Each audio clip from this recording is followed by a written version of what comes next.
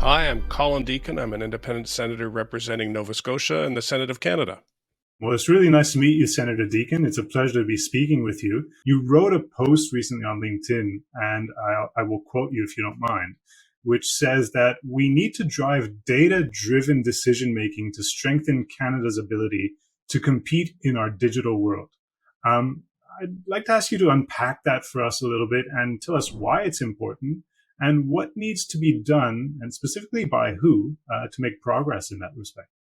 I think we all recognize we're living in a disrupt or be disrupted world. Every sector is changing at a rapid pace, which means that if we're going to keep up in creating high value jobs in Canada and high value exports from this country, we've got to be able to keep up with the regulatory changes, the legislative changes, and the changes in business practices that allow us to be globally competitive. Because if we're not globally competitive, we can't count on our standard of living being delivered at a better rate to our grandchildren.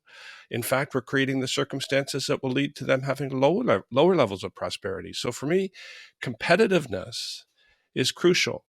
It starts with how we look at competition in the country. Right now, Canadians, for the most part, are at the wrong end of a data vacuum. Our data is leaving the country, being used by multinationals, big tech, in ways that Canadians are not extracting the value from their own data. And we're not building those data sets where we can deliver value around the world in too many sectors.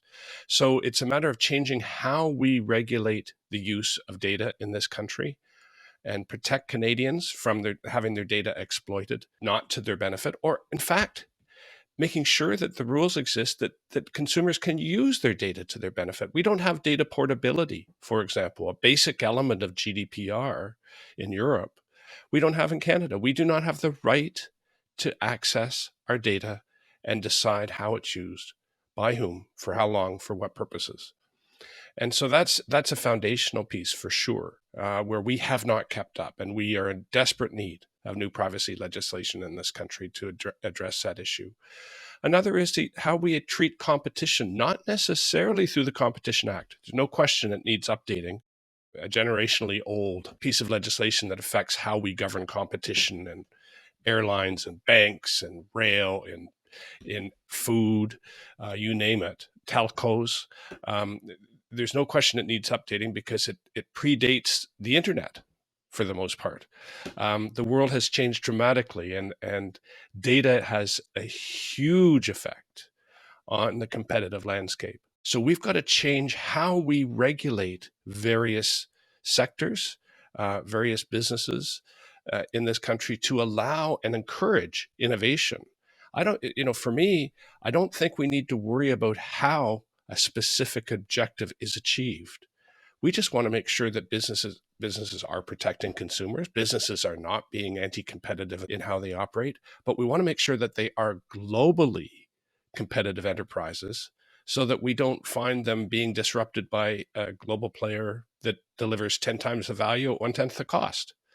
And all of a sudden, that business doesn't exist anymore. So that's the way I'm looking at it. Changing how we regulate ourselves is really crucial. You're an entrepreneur yourself, or you were before you entered government, but I don't think that ever leaves you, so you still are. What do you see as the challenges that Canadian entrepreneurs face, and what has to be done now to best support them, but also the companies that they're growing? And I'll add a little sub question in there. Can you also mention or pay special attention to how we can support entrepreneurship within underrepresented groups in Canada? We've got assets and we've got liabilities. Some of our assets are that we have got a hugely rapidly growing track record of success. And we've got one of the biggest growing and fastest growing tech sectors in the world now in Canada. So we've got a great base there, but we haven't got a history of success in investing at a level that I think we need to be at. And I'll compare it to the mining sector or oil and gas sector. Canada in mining was the world leader in gold, financing gold mines and so many different areas. Canada was a global leader in terms of financing uh, mineral exploration and exploitation around the world. We should be aiming to achieve the same in terms of technology investing. We've got to develop from the earliest stage seed investors that are comfortable in helping to take an idea and actually start to turn it into a company and help those founders to start to create an enterprise around a really good idea and start to get some momentum, and can help them to identify speed bumps and avoid them as they're getting going in the early stages. So Shopify was a $150 million investment shy of becoming an American company before it went public.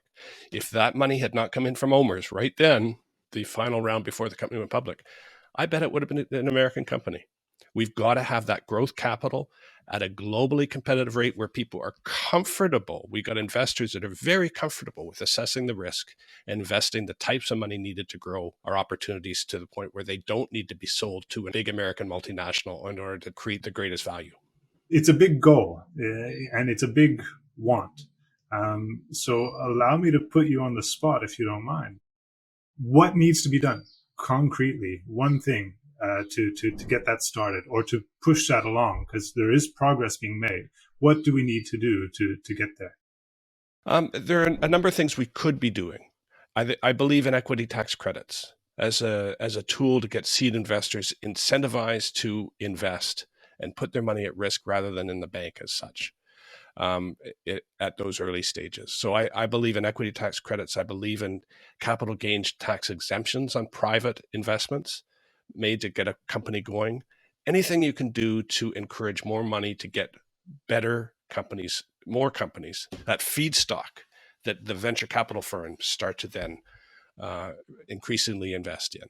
So that's one thing that could be done. Another is to get growth capital.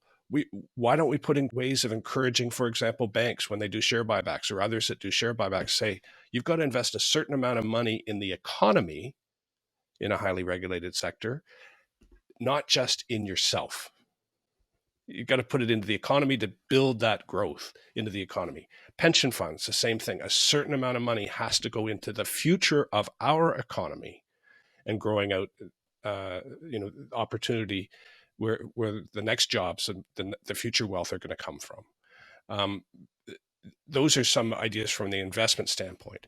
Regulatory changes. We cannot be lagging the world and making regulatory changes that allow Canadian companies to compete in Canada, the new entrants to get in and start to challenge incumbents in this country to start to be more competitive. So regulatory changes that level the playing field in a number of sectors, like telcos, like banking, like agriculture, agri-food, would be an area to start. And then the other is procurement.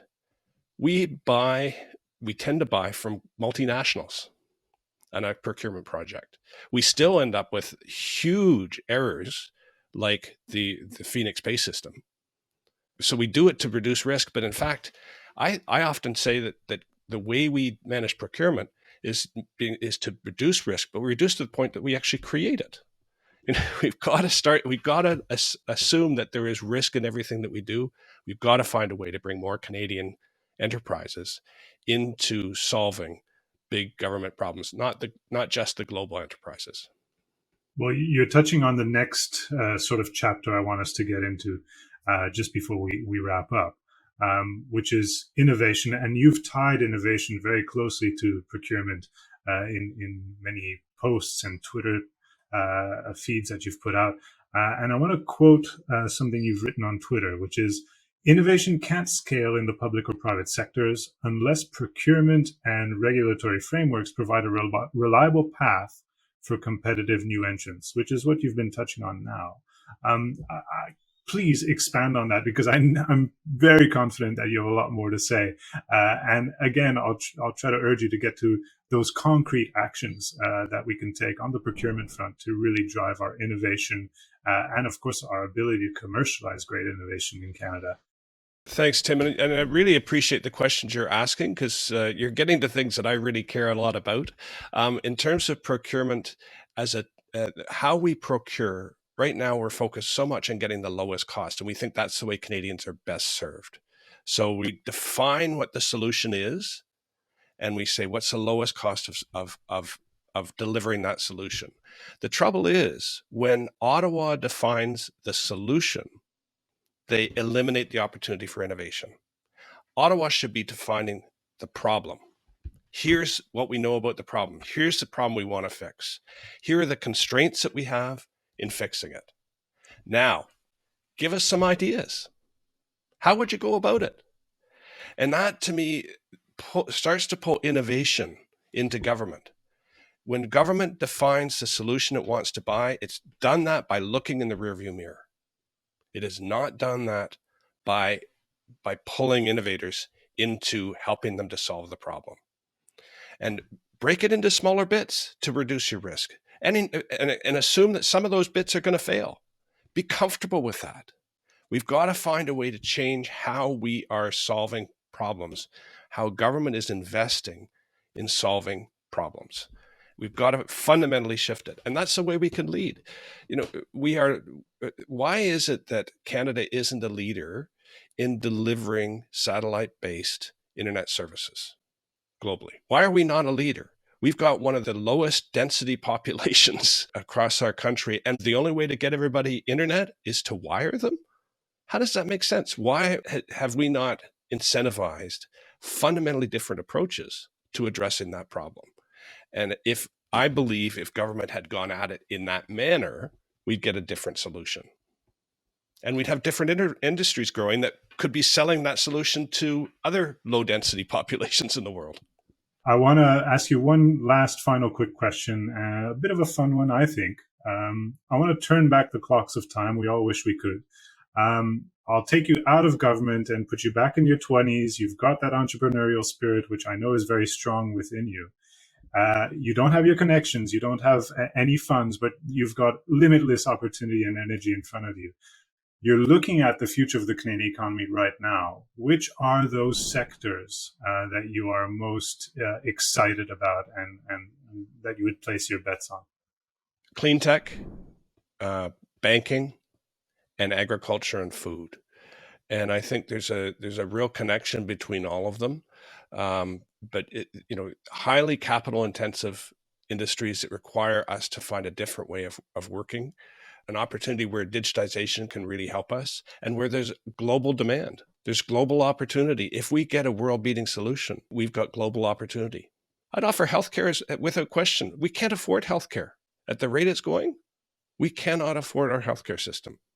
We have to change how we deliver healthcare in this country, how we create solutions to our big, hairy problems in the delivery of healthcare in this country. One simple thing that happened during the pandemic, doctors started doing phone calls, right? Filling prescriptions remotely and doing phone calls. That was never possible. Nobody believed it was possible before the pandemic. Instantly, it wasn't just possible, it was done. And we're keeping it in Nova Scotia. I assume, in other provinces, we're keeping it too. We've got to get more comfortable with saying, no, that's got to change, whatever it is.